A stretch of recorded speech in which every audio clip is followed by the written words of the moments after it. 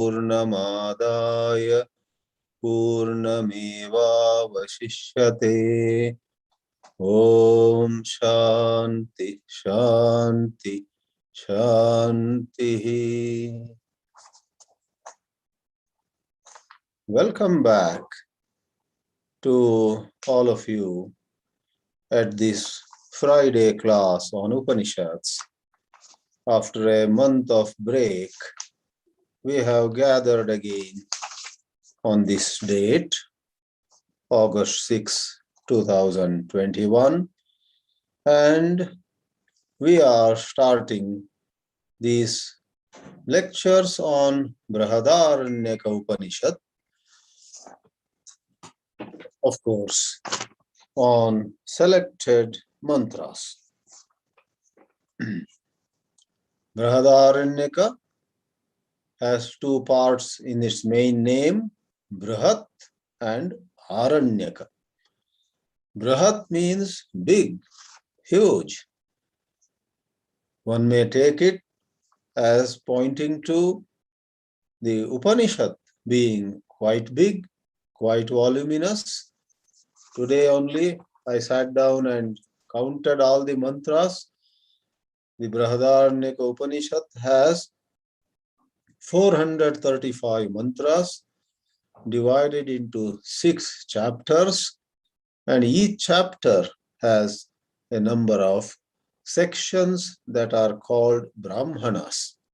The first chapter has 6 brahmanas, the second has 6, third has 9, fourth has 6, the fifth has 15 brahmanas, and the last and the 6th chapter has 5 brahmanas. And the mantras coming in those sections called brahmanas add up to 435, which is certainly more than 3 times Kathopanishad, and more than 7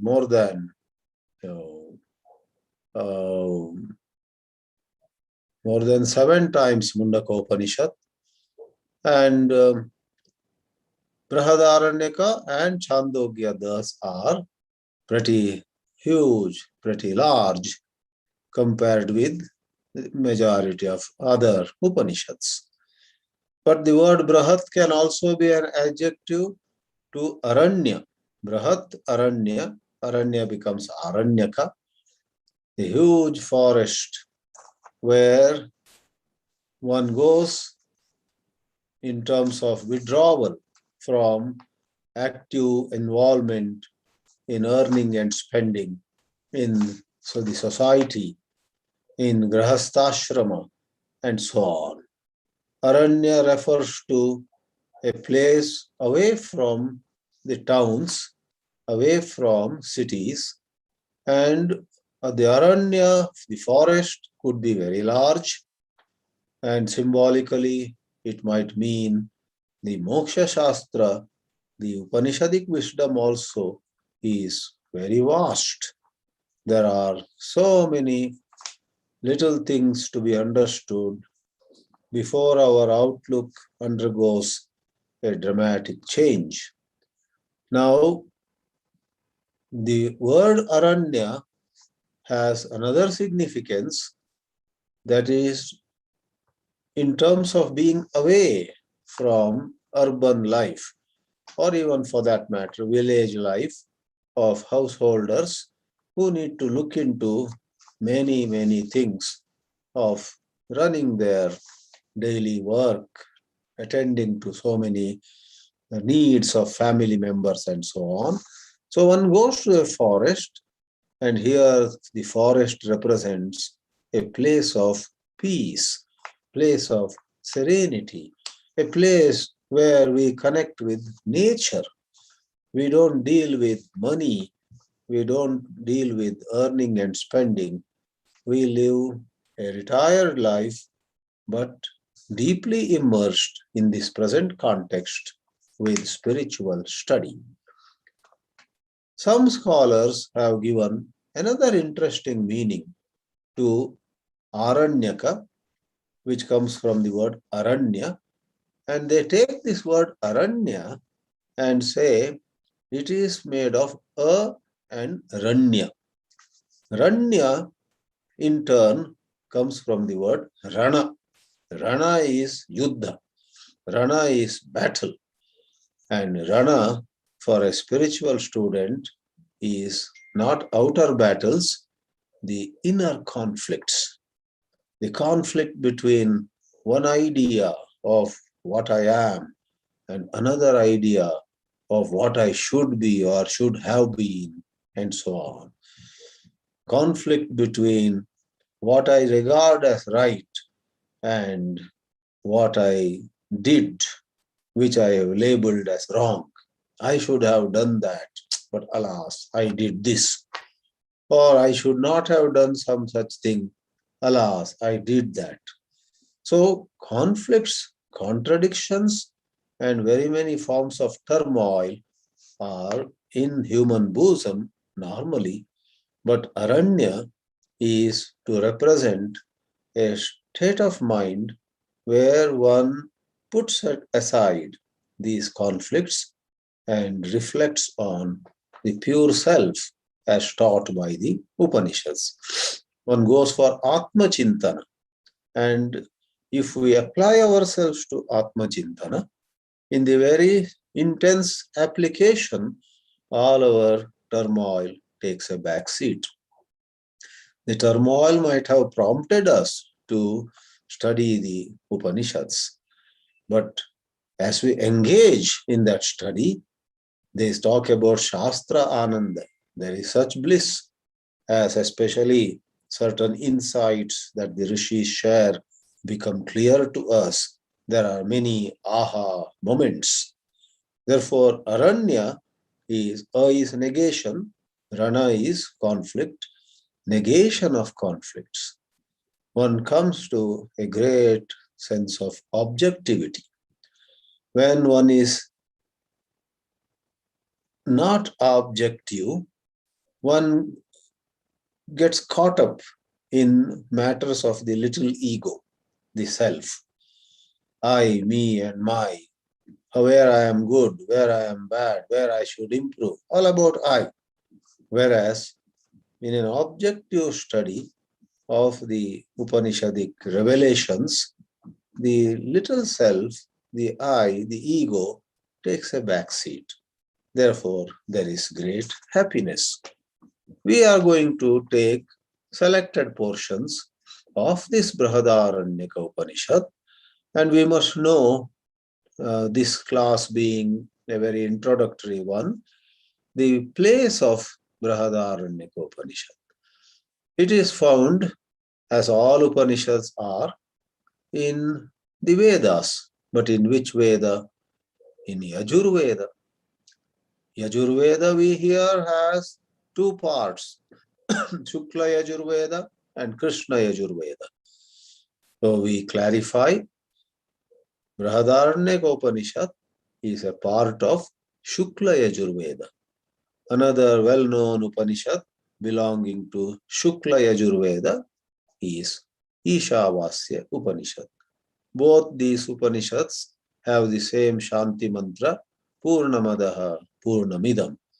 But one speciality of bṛhadāraṇyaka-upaniṣad is that Purnamadaha Purnamidam not only comes as the invocation, Shanti mantra, but also a mantra in the main body of the Upanishad.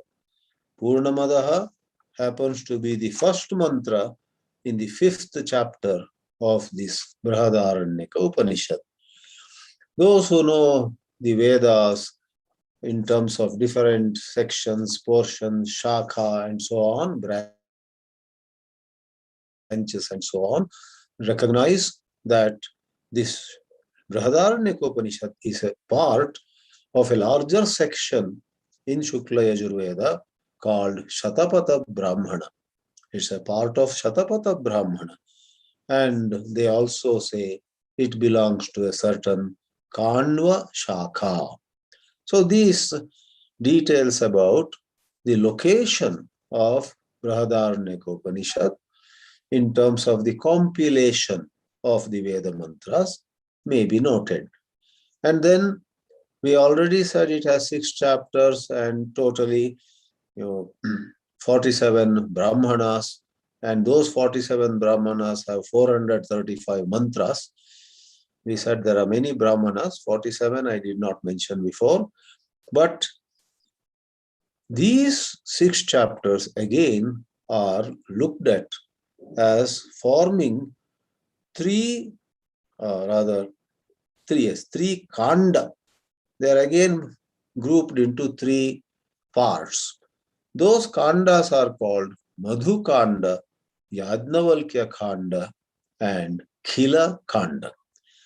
This is about the structure and place of bṛhadāraṇyaka-upaniṣad. Someone here may ask me, all that is okay, but does bṛhadāraṇyaka-upaniṣad teach something different from what other Upanishads teach? Certainly not. All the Upanishads talk the same Brahma Vidya. This Upanishad, of course, presents that Brahma Vidya, the wisdom of the highest truth, Brahman, using some different expressions or different ways of going about the revelation.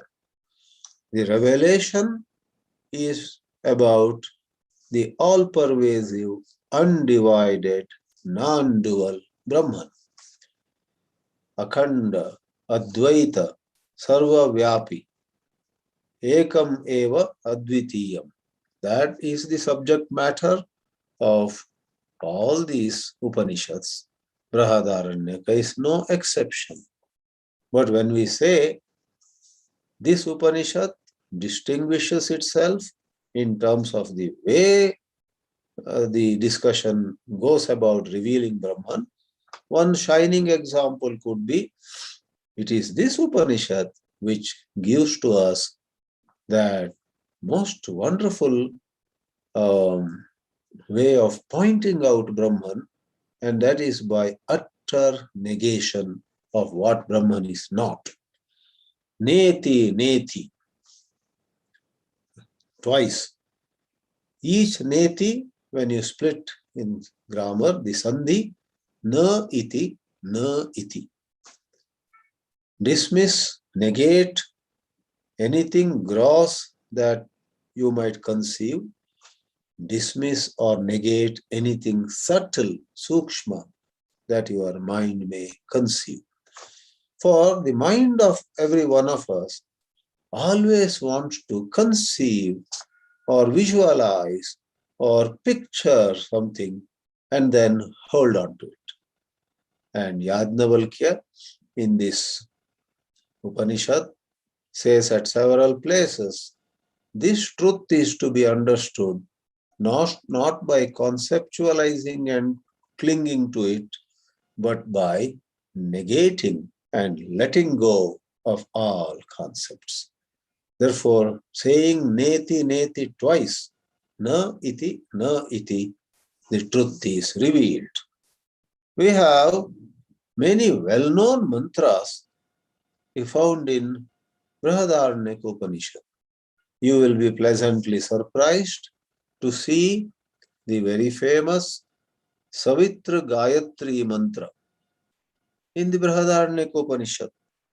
In the chapter 6, 3rd Brahmana, 6th mantra brings Tat Saviturvarenyam Bhargo Devasya Dhimahi Dhiyo Yonaha Prachodayat. In it, we will be thrilled to see, oh, Gayatri mantra is part of bṛhadāraṇyaka-upaniṣad also. It is found in some other Vedic portions. Similarly, a very famous mantra which a lot of followers of Sanatana Dharma are familiar with is Asatoma Sadgamaya, Tamasoma Jyotirgamaya, Mrityorma Amritam Gamaya. Take me from what is false to what is true, Asat and Sat, or from non-existence to existence. We'll examine all these mantras in detail in classes that will come up. Tamasoma Jyotirgamaya, lead me from darkness to death. And the third line is the most important line, Mrityorma Amritam Gamaya. From death, take me to immortality.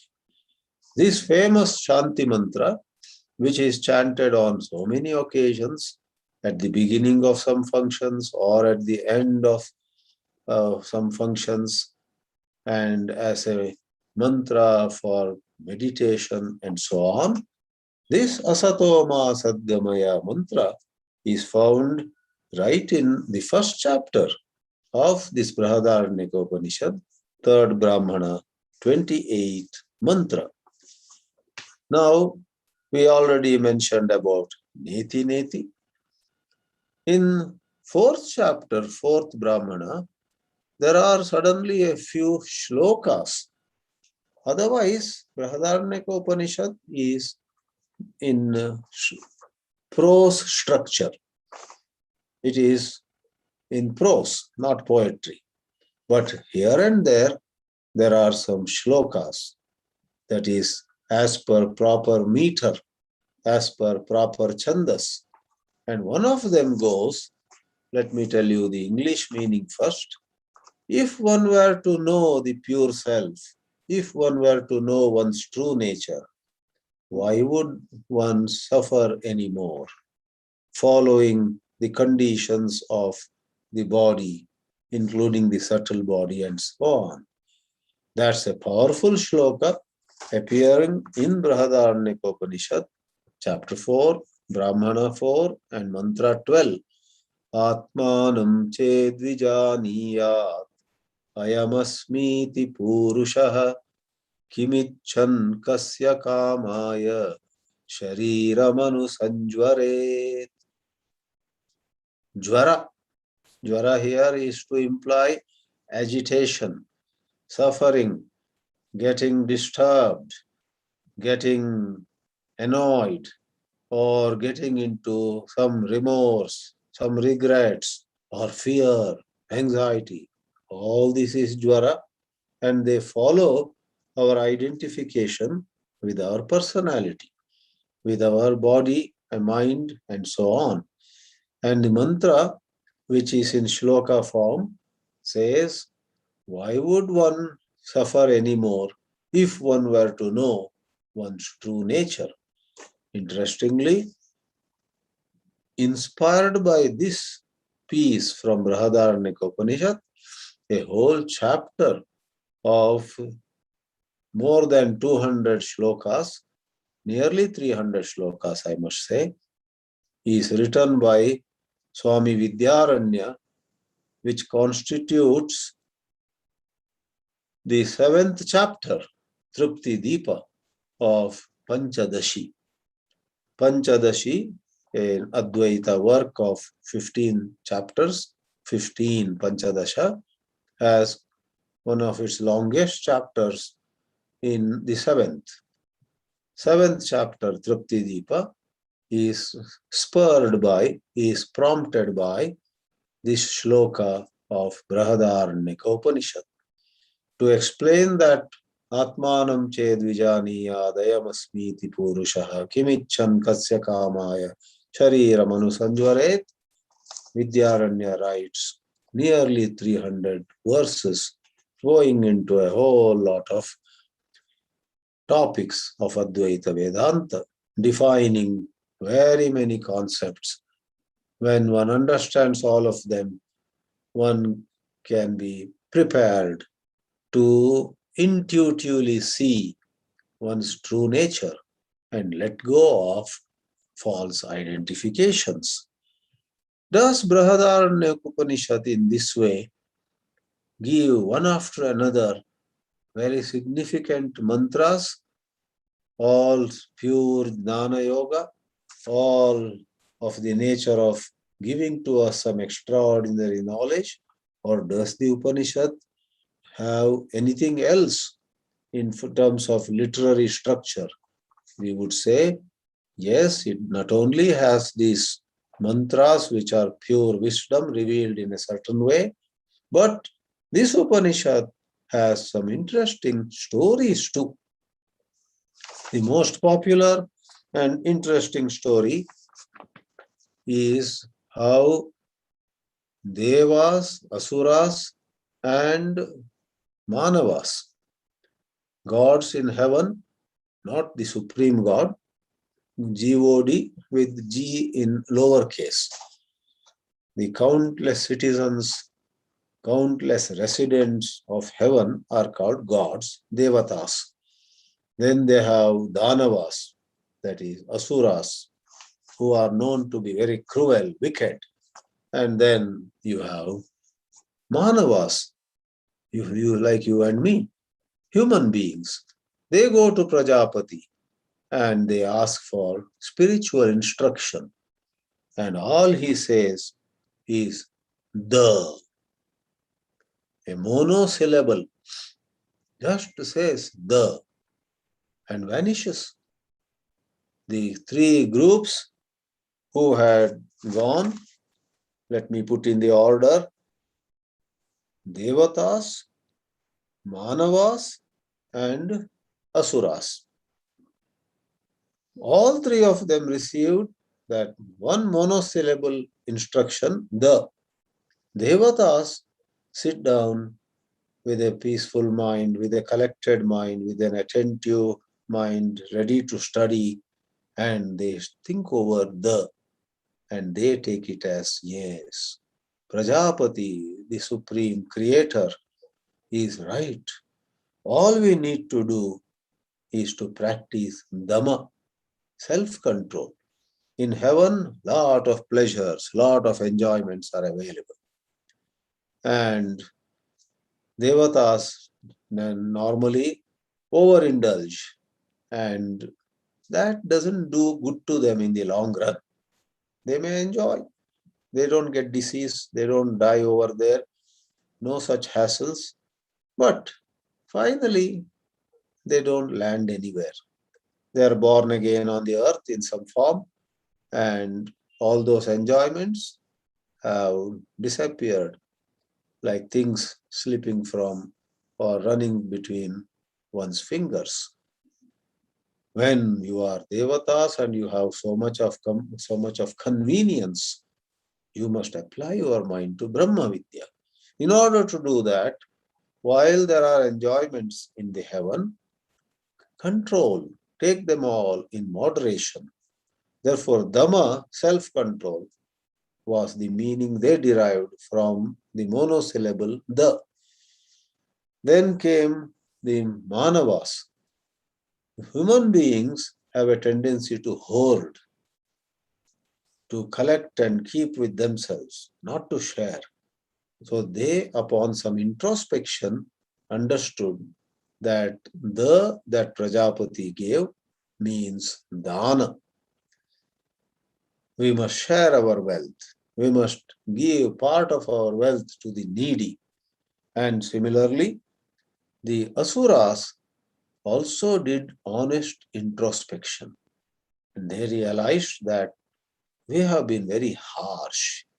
We have been very lacking in compassion. We must now practice daya, compassion.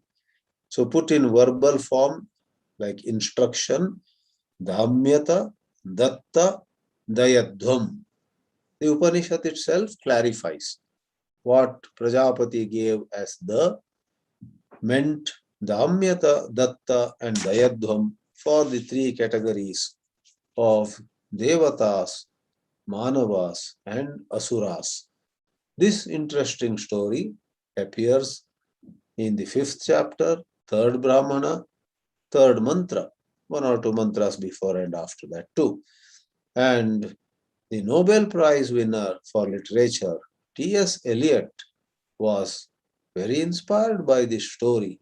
In one of his works, he presented his own English translation of this story, the of bṛhadāraṇyaka-upaniṣad.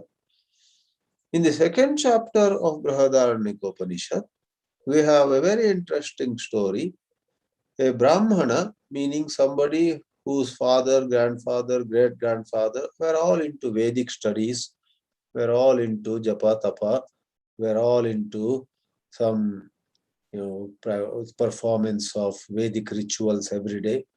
They themselves were doing, and they would do those rituals for the benefit of others, where the so-called others are referred to as yajamanas, and these people go as priests. So a Brahmana of that kind, whose name was Balaki, goes to a king named Ajatashatru.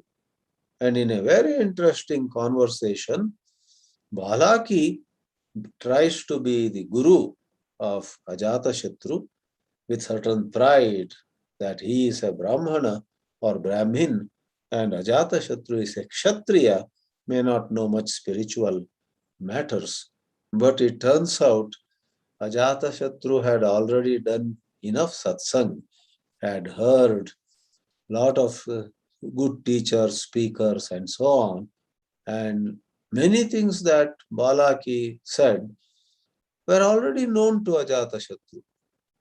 And then Balaki finally submits, finally concedes, and Balaki says, I came to teach you, but here I am, willing to learn from you. Please tell me about the highest truth. This is a reversal of roles. Rather than a Brahmana teaching a Kshatriya then teaches the Brahmana.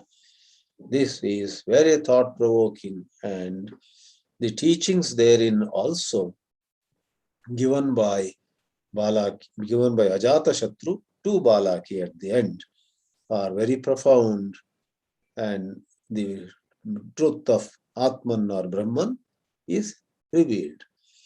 The greatest hero of, for that matter, all the Upanishads, but specifically, explicitly in this bṛhadāraṇyaka-upaniṣad, is the great Rishi Yajnavalkya.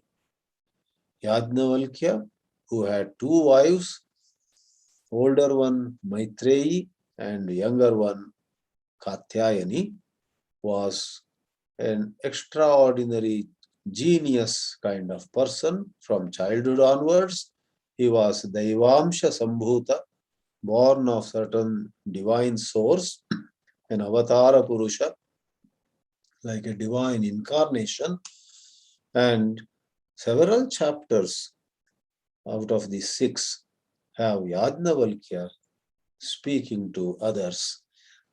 First of all, in the second chapter itself, we have Yajnavalkya, who had already become very famous, had already won the patronage and support, admiration, respect of kings like Janaka, announces that he is going to leave all his property with his two wives, Maitreyi and Katyayani. And Maitreyi, the older one and wiser one too, asks him a question. You are leaving all the property with us. What do we do with this property? Does this property help me cross death? And Yajnavalkya says, that's a great question you asked. And let me tell you, wealth can never help you cross death. You don't get amaratva, amritatva. Then Maitreyi says, I am interested in crossing death. Then begins a very fascinating discourse by the husband Yajnavalkya. It is here that the famous mantras Atmava are drashtavyaha, one must know one's true nature. How is one to do that? Atmava are shrotavyaha, mantavyaha, nididhyasitavyaha. The mantra in second chapter in the Yajnavalkya Maitreyi Samvada, we have the basis, we have the foundation for the 3 well-known sadhanas of Vedanta Jnana Yoga, namely Shravana, Manana, and Nididhyasana. It is in this portion only that Yajnavalkya says to Maitreyi that hundreds of things, money or husband or wife, a friend or son, or some wealth, property, hundreds of things in life seem to be the source of happiness, but actually, happiness is not from them. Happiness is from within us. And it is an illusion that happiness comes from some outer object or person or place, etc. Really, it is a certain disposition in us that makes that object outside appear like the source of happiness. It is for gratifying that particular disposition. It is for the pleasure of the self that we go after money or a spouse and so on.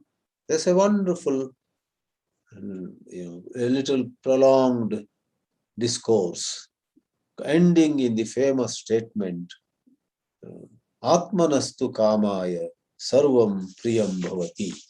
That comes in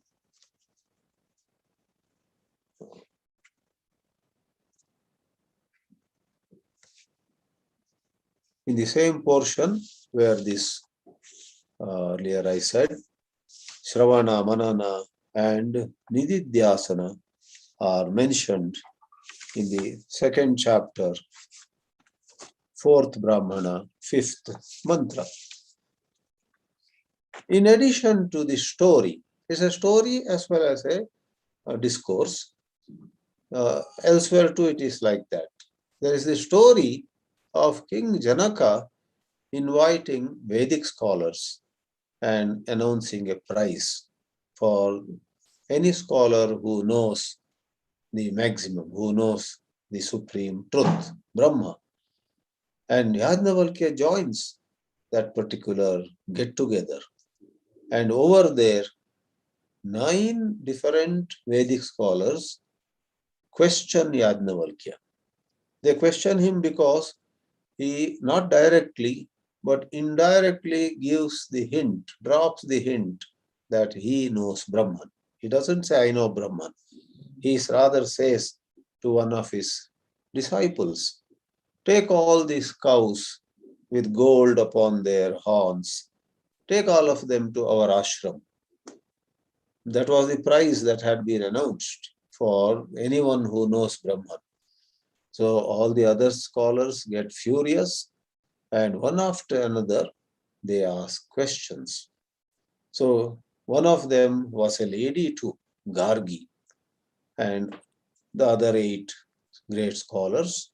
And Yajnavalkya answers all their questions.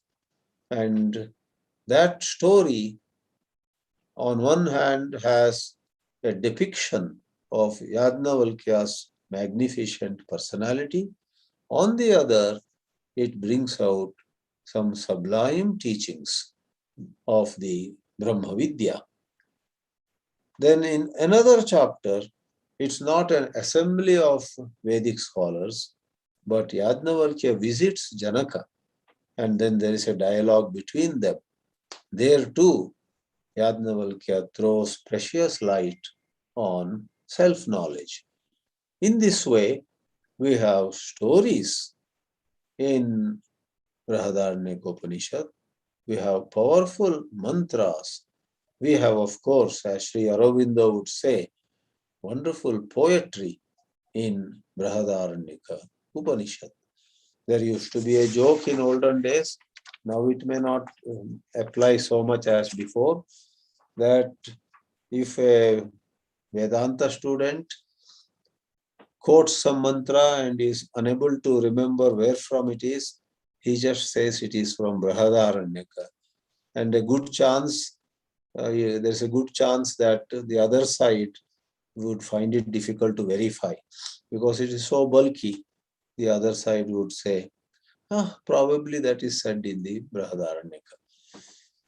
Those days, to verify, one has to go through all the mantras.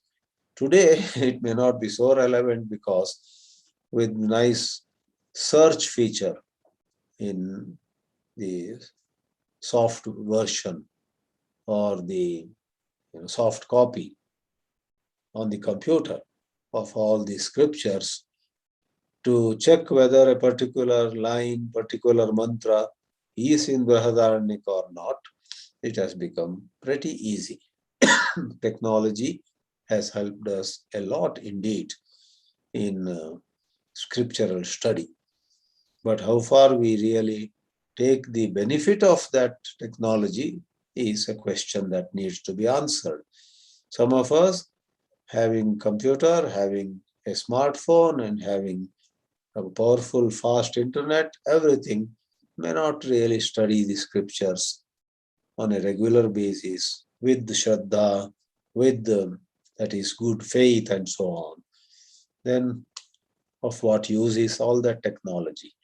Finally, the greatest friend of ours is not technology, is our own cooperative mind. Our own mind, which suggests that we study the Shastra, do Shravana, we meditate, do Dhyana, we pull our mind back from worthless pursuits and make time for study of Vedanta and so on.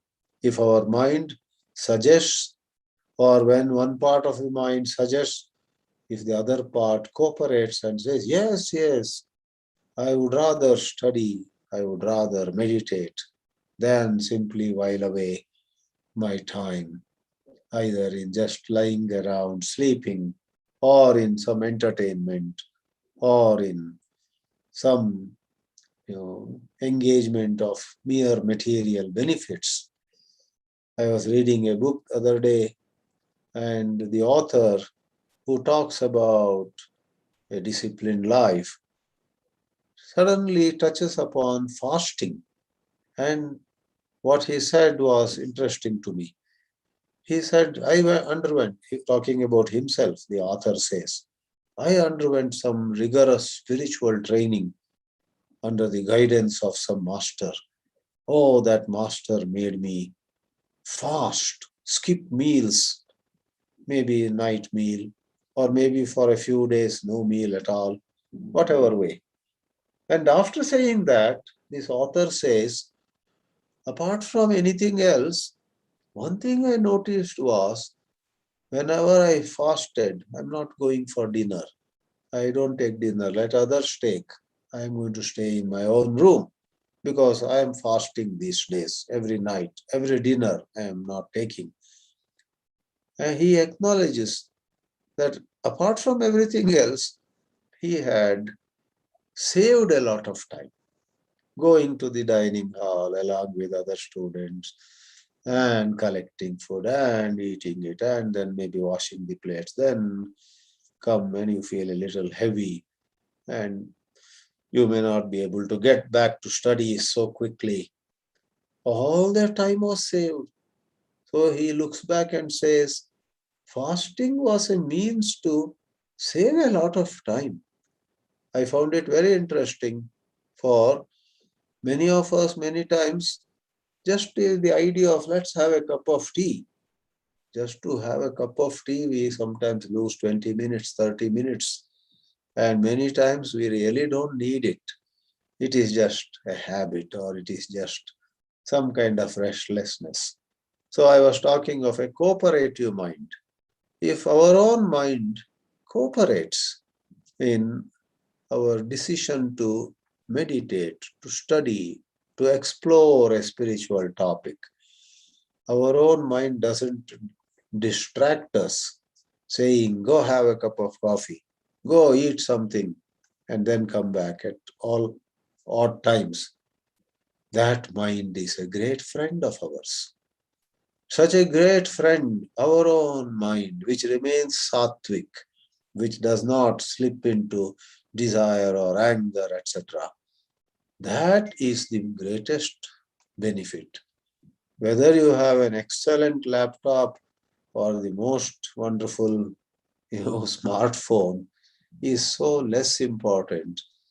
They may serve a certain purpose, but nothing like a cooperative mind, if I may extend it before concluding that particular reference, a cooperative body. Our body and our mind, suppose, are cooperative, we can do wonderful things. We can advance in Brahma Vidya so fast. The body getting tired at odd times, the pranas, which represent energy, working, operating on a lower level, some exhaustion, some tiredness, or some what they call lack of mood. I'm not in a mood. I'm not tired, but I have no mood to study Vedanta. I brought a wonderful book, it's on my table, but I'm not in a mood to read it. Imagine. Then the body's condition and the mind's condition together actually make everything else meaningless. With excellent book on your table, with a wonderful laptop and fast internet available, you will not be using any of them for spiritual sadhana. You will be just maybe sitting on a chair looking at the ceiling and wondering, why am I feeling low today? And going on saying, why am I low? You remain low for extended period of time. Therefore, this bṛhadāraṇyaka-upaniṣad, which we are taking up in detail from the next class, has to be, should be, and can be a treat to our mind, which is thirsty for higher knowledge, for Shastrananda. It can be of great help. Lastly, I must say that in principle, there is nothing new in bṛhadāraṇyaka-upaniṣad as compared with Isha or Kena, Kata or Mundaka and so on. But there are so many observations or remarks or ways of putting things which are highly likely to make Vedanta clear to us through this bṛhadāraṇyaka-upaniṣad, where quite possibly, though we had come across this matter in principle in the other Upanishads, it would not have sunk into us. It would not have gone deeper into us. Therefore, yet another Upanishad in greater detail is not a waste. On the contrary, it can be a wonderful aid. So there are people who say a lot of doubts which did not get cleared in those 5 or 6 Upanishads, all got cleared. Doubts were removed by the study of bṛhadāraṇyaka-upaniṣad.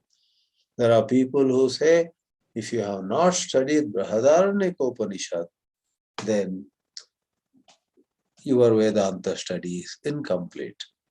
And such a statement is not to be looked at as some snobbish statement saying, I have studied bṛhadāraṇyaka, you have not studied, I am ahead of you.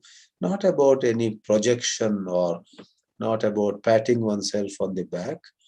In reality, a careful study of bṛhadāraṇyaka-upaniṣad and the teachings of Yajnavalkya or Ajatashatru and so on can actually remove many cobwebs in our mind and can truly facilitate the dawn of clear jnana or wisdom. In this class, I have given a general overview of where this bṛhadāraṇyaka is found, what kind of teachings there are, what kind of mantras, what kind of stories, and what kind of thrust or emphasis, etc. Beginning next Friday, we will take particular portions and I will go about sharing the meanings of those mantras or portions first, and towards the end cover the relevant portion of Shankara Bhashya also, rather than taking Shankara Bhashya in an interspersed manner. Every 3-4 minutes, suppose I go into Shankara Bhashya, then come back to the main text and so on.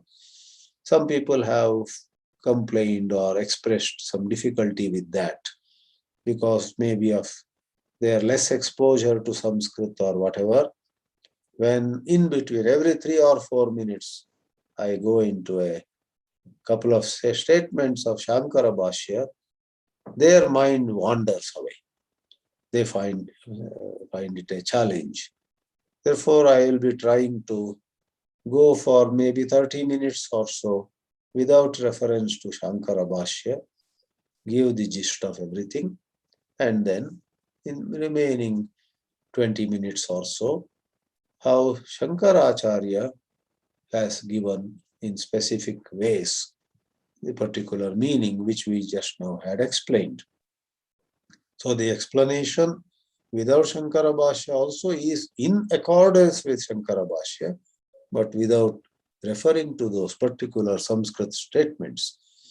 And the second part will be, we actually take the sentences and try to enjoy the meaning of those statements in the Shankara commentary. That will be our approach. Let's meet again next Friday. Om Namah Paramarashibhyo, Namah Paramarashibhyah.